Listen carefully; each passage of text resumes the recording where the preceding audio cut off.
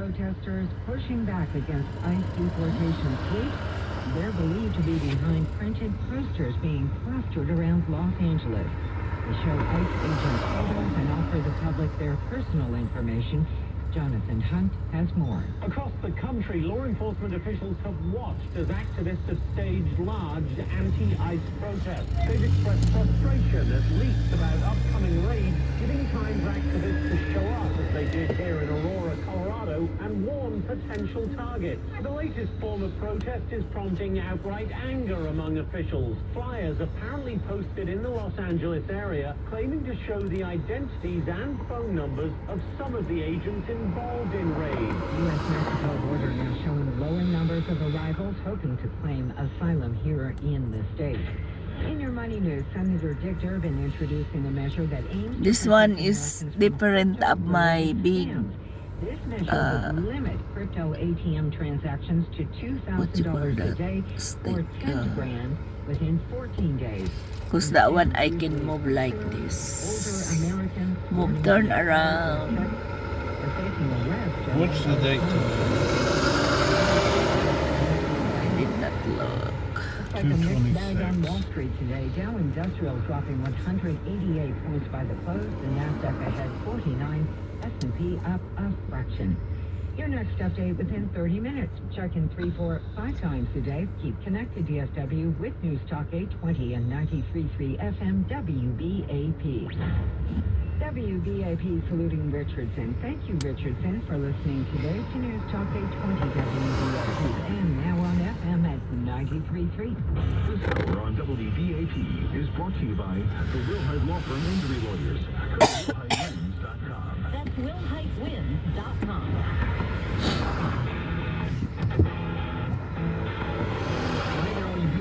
Welcome back to the James Show. It's News Talk 820 WBAP, now on FM at 93.3. Let's go. All right, one of our favorite congressmen from the area, Beth Van Dyne, coming back on the James Show. Keep it going for Beth Van Dyne. Now, Beth. Yes. Did you vote? Yeah. Did you vote for the House spending bill yesterday? I did. All right, from my point of view, I don't like it. It doesn't balance the budget. It doesn't put us on the path for a balanced budget. It doesn't eliminate big chunks of agencies. It doesn't get rid of the Department of Education, all kinds of other things I hope for. I did like the extension of the 2017 Tax Cut and Jobs Act, you know, those tax brackets. But other than that, It hasn't done any of that yet. We still actually have to pass a tax bill. This is just a budget. This is just a budget bill. Basically, what this bill did is it defines some of the goals that each of the committees is going to have to come up with. For example, we're going to have to find $2.5 trillion worth of savings. You know, E&C committee has been charged with finding, $880 billion worth of savings. So, yeah, it was just everything that I wanted. So the convention center of Frisco is that Cowboy Stadium? Well, there's a couple of different ones. Oh, there is a convention also. We're going to hit the debt ceiling and do one of two things: default on all the loans, which would basically lose America's dollar and as being the global currency, which would lead to an immediate economic downturn for the country at best. Or two, we had to raise the debt ceiling. So we had to figure that out. We have to figure out how we are going to from your point, happy that the Tax Cut and Jobs Act gets extended. We actually have to pass a bill. We have to pass as part of our reconciliation packages to include the extension of the TCJA. So He pay you? Figure out how to pay for that. Now the House is looking at finding and identifying $2.5 trillion worth of cuts. The Senate, on the other hand, we're having a little bit of a debate in the Senate. They are not as supportive. They are not as, I would say, hawkish fiscally, looking for those pay-fors. So, yes, we lost one Republican vote last night. I know that President Trump was on the phone with some folks who were wavering their support, but this at least puts us on the right track of cutting the spending and giving this administration the tools that it needs to continue moving forward. Did you see that date? Yeah. I just need their names. We should be able to. Look, I think I'm one of the only people in Congress who've actually passed $12 budget to do that when I was mayor, not because I couldn't figure out how to spend more money, not because we didn't have staff or city manager who was telling me we had to spend more money, or I didn't have citizens who were saying, hey, these are the projects we want more money spent, it's because by law, we have to. My What Lotto. we're trying to do is figure out how we can have a deficit neutral, which is basically balancing the budget. How we can have a deficit neutral part, but here's the problem. Even when we're deficit neutral, we still have over $36 trillion in debt. We're spending $1 trillion for our debt servicing. And we're not paying that for services. There's no programs that we can cut. That's how much we're paying right now to pay for the debt. So we have to figure out how to not only get deficit neutral, So but it's also, February start bringing down the debt, 24. because I think that's part of the worst thing that we have done in Congress. What is time to the allow that to Lotto continue. is draw, Papa? What time the Lotto draw? 10 o'clock at night. Tonight? What's today? Wednesday. No, yeah. It is tonight. That one is Wednesdays and Saturdays. I don't know. I have been a big fan of getting rid of the regulations, which I think automatically reduces the size of government, because people, when you add more regulations, How you add come more, that bodies 26 today, in Papa? there to be able to Mhm. How to come regulations this to be able to date enforce of Lotto is regulations. So I think that's the first 24? place you start. You cut these terms. Different me last 24. Their job is to make sure that we don't have duplication, that we don't have waste, fraud, and abuse. I They buy really it haven't done their last job. So 24. I have introduced, I reintroduced on a couple of bills. ORAC is one of them, which talks about having third-party Come audits on, by our Rusty. agencies. I think that should be automatic. I think, if we're not doing it internally, that we should have third parties that do that. How to identify where there is, duplicative efforts. Identify where we're having massive waste, and then actually get rid of it. Other bills that I have introduced, 117, 118, and 119, Congress has to identify across all the agencies what those regulations are, how much they cost. There's no because they date never for do that. You notice that? So we've had $1.3 trillion worth of increased regulations in the They last did 4 not years yet under put the Biden. date on the But have draw. anybody They actually just put seen the that? So date taking when a I look buy at how it, much they cost, and then February on the flip side, 24. making sure that the agencies have those budget negatives. So whatever the cost of a regulation is, they've got to find another regulation to get rid of.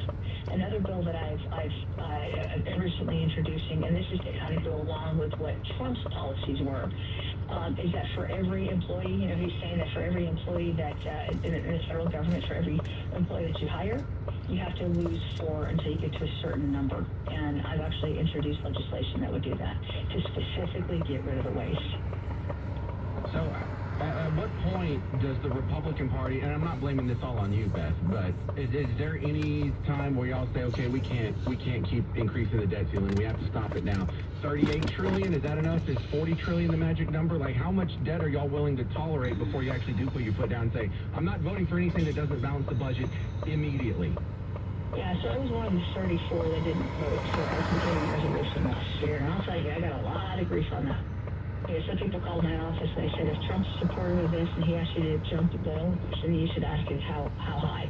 I am absolutely supportive of President Trump's mission. I have supported it. I was in favor of cutting regulations and this whole debt credit before the deadline. But I have continuously voted against the increases in spending.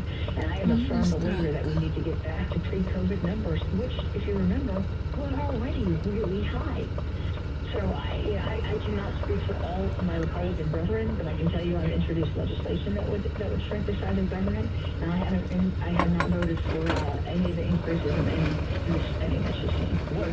Doesn't the bill you voted for yesterday increase spending? Well, increases the cap. What we're looking at is having a deficit neutral. So again, it's identifying the $2.5 trillion of cuts to try to reduce down that government spend.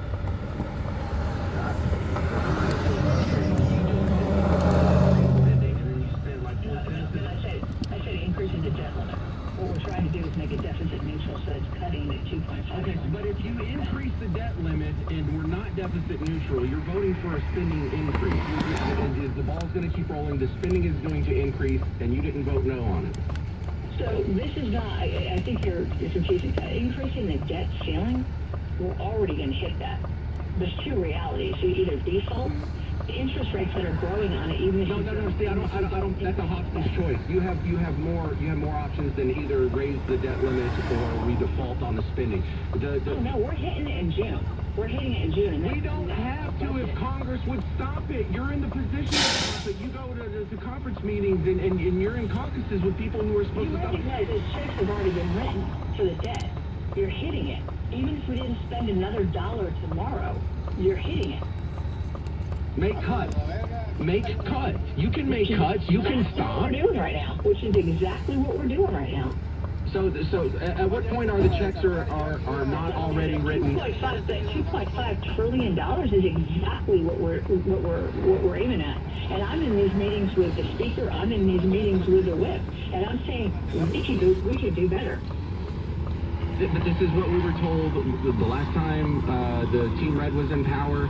Y'all, when Trump 1.0, there was continuing resolutions. I've been here when Team Red is in power. And I'm trying to be fair and not put this all on you. You're right. My second 2 years, we didn't have the White House, we didn't have the Senate. So basically what we were pushing for in the House were messaging bills that we knew were going to go nowhere, which is why I am very optimistic right now that finally we may only have a one-member majority. That one-vote majority can only afford to lose one vote, which is why, last night was back and forth. But I'll tell you, this is the first time I've actually felt optimistic that there is a motivation and you've got the momentum behind you to be able to make these cuts. We had a DOGE press conference yesterday, and you've seen it. You've seen some of these town halls. You've seen some of these complaints by our Democrats in waiting meetings as well, where they're just going after Elon Musk. And I'm like, this is not going to be easy. This is no longer business as usual. People are complaining because he's going too fast, but it's because they're so used to the government going so slow. It shouldn't be an excuse. If you had a power change that came into a private race and you had new Oh, leadership, throw it away. it would not be a shock to the system that you're having people who are being laid off, that you're having departments that are being reorganized, and that you're having people who have to defend their jobs and explain what they do. Remember office space? What is it that you say you do here? That's just standard practice. But all of a sudden you apply it to government and people freak out like we're somehow demeaning federal employees because we're asking them to say what 5 things you did last week. This is a new day. This is we talk about this golden age. Look, we have a president who is willing to put his efforts and priorities right now on focusing on shrinking government. We and the Congress need to do the same. And that's why, again, I introduced 3 bills that are going hand in glove with what he's trying to accomplish. See, this is why I'm a registered libertarian. I hear this, and it's not fair to blame this on you, Beth. You're right. You're new. You haven't been there for years, but this is what I've been hearing for 22 years in talk radio. Republicans keep coming in and explaining why they raise the debt limit, why they vote for deficits, why, we can't stop it now. The checks are already written. I'm tired of hearing it, and you're not going to win people like me over until someone just balance the budget. It's not impossible. It's not something that can't be done, or the checks are already written from here to Kingdom Come. I had a big fight with Karen McCarthy about this, and I said the same thing. I was like, I did it because, not because it was a lie. It's like, well, it's not the law here. And I'm like, are we not lawmakers? Can we not do that? And his response to me was, yeah, can you bring me 218 votes? I'll tell you, I'm trying. All right, thank you very much, Beth Van Dyne. I appreciate you being on the James Show. I'm super disappointed with what's going on, and I will be until we get a balanced budget. I refuse to believe it's impossible. Now, let me know how what else I How can come do the to truck handle they just deliver that truck? They only deliver that. Yeah, that must be the guys taking down that display. And actually, part of that, I have signed on to budget the last 2, on 117th and 118th that have been on the budget today, that will do just that. So I've already signed on to 2 budgets that will do us a balanced budget. Thank you, Beth Van Dyne, on the James Show. Gotta run. All right, your thoughts, 800-288-9227, 800-288-9227. Why do Republicans refuse to balance the budget? What's the point of voting for them? If they just come out and vote for deficits and keep it rolling, raise the debt ceiling to another $2 trillion. That's why your groceries are going to go up. Both Team Blue and Team Red are selling you out. I'm James Parker. It's News Talk 820 WBAP, now on FM at 93.3. Have you heard the news today? It's the beginning of an effort to stop the carnage. You want to come to this country illegally, you will be stopped. You forgot what it's like to be a cop. Dan Bongino is a good man. We expect those meetings to take place very soon, especially the meeting with President Zelensky. Don't miss a thing. Stay connected for whatever's next. News Talk 820 WBAP. New on FM at 93.3. Hey sports fans, James Parker here for the Prize Picks app. Add a little bit of fun to the sports you're already watching with America's #1 daily fantasy sports app. It's totally legal in over 30 states, including Texas. I know it sounds like it's so fun, it should be legal, but it's not. Check it out. Go ahead and download it. Over 10 million users. And it's just as simple as like Paul George has a game tonight against the Knicks. What you're looking at is 26 points. No, 26 points, rebounds, assists. If you add all those together, will it be more or less than 26? And if you're already going to watch that game, you have a little bit extra interest on top of it because you can turn a little bit of money into a lot of money. You do that with 2 to 6 players. You have a full lineup, and you're winning. What else is that 1,000 left down there? times your Cash. So go download it. Is check that out, it? Use promo code WBAP. Get $50 in promo cash with your first $5 play. A tube? Download Prize Picks. Use promo code WBAP with that first $5 play. They just pulled up? And you can have a little bit of fun, a little bit of extra fun with the sports you already enjoy. Prize Picks. Run your game. Can the IRS really reach into your bank account? You bet they can. When you have an opponent that is powerful enough to take your home, your car, Where's take the tax, even force you to bonding close your business, you need me, local tax attorney machine? Namath. I am Is the here bander now. in there, My law Cheney? firm focuses on helping Texans solve their IRS tax problems. Because So it when you looks hire like me, the meet with me cart is personally, not you full won't be speaking to anymore. someone out of town or on an 800 Is the national banding number. machine in I there? help The thousands toolbox? in the DFW Is the banding metroplex. box in there? Tax problems don't go Okay. away on their own, so don't continue to have sleepless nights. Your first visit You'll never is free found and my lock? always confidential. The Till IRS see is you one of had the yours most on powerful there. agencies in the federal For government. that? They can Yeah. and will aggressively It came target without a lock, businesses and unless Mark individuals got it. who No, have not paid probably or filed Mark their stole taxes. it. If you're Either facing that or he IRS used wage it to levies, lock the bank truck. levies, or tax liens, Yeah. call me. No, I used one of mine. DFW tax attorney Nick Namath.